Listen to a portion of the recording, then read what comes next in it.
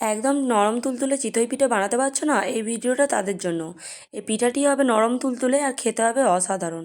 তার জন্য আমি এখানে চাল ভিজিয়ে নিয়েছি আর একটি মিক্সিং জার নিয়েছি, তাতে অল্প জল দিয়ে খুব ভালোভাবে পেস্ট করে নেব। ব্যাটারটা খুব বেশি পাতলাও করা চলবে না আর খুব বেশি ঘনও রাখা চলবে না। দেখো আমি এরকম বানিয়েছি, তোমরা যদি এরকম ব্যাটারটা বানাতে পারো তাহলে পারফেক্ট চিতই পিঠা হবে। তারপর আমি পরিমাণ মতো লবণ আর নারকেল গুঁড়ি দিয়ে দিয়েছি। এখানে তুমি নারকেল গুঁড়ির বদলে তুমি নারকেল কুঁচিও দিতে পারো, খুব ভালো হয়। চিতই পিঠা বানানোর জন্য আমি এখানে মাটির পাত্র নিয়েছি। মাটির পাত্রটি গরম করে হালকা তেল বুলিয়ে দিয়ে অল্প করে ব্যাটারটা দিয়ে দিয়েছি। ব্যাটারটা দিয়ে ঢাকা দিয়ে কিছুক্ষণ ভাপিয়ে নিয়েছি, ওই 1 মিনিট মতো লাগবে। দেখো কত সুন্দর পিঠে হয়েছে।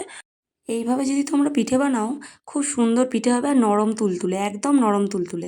একইভাবে সব পিঠেগুলি বানিয়ে নিচ্ছি। এখানে আমাদের মা পিঠে বানিয়ে দিচ্ছে, আর এইভাবে বানাবে একদম পারফেক্ট নরম তুলতুলে পিঠে হবে। খুব তাড়াতাড়ি বানানো হয়ে যাবে আর খেতে হবে অসাধারণ।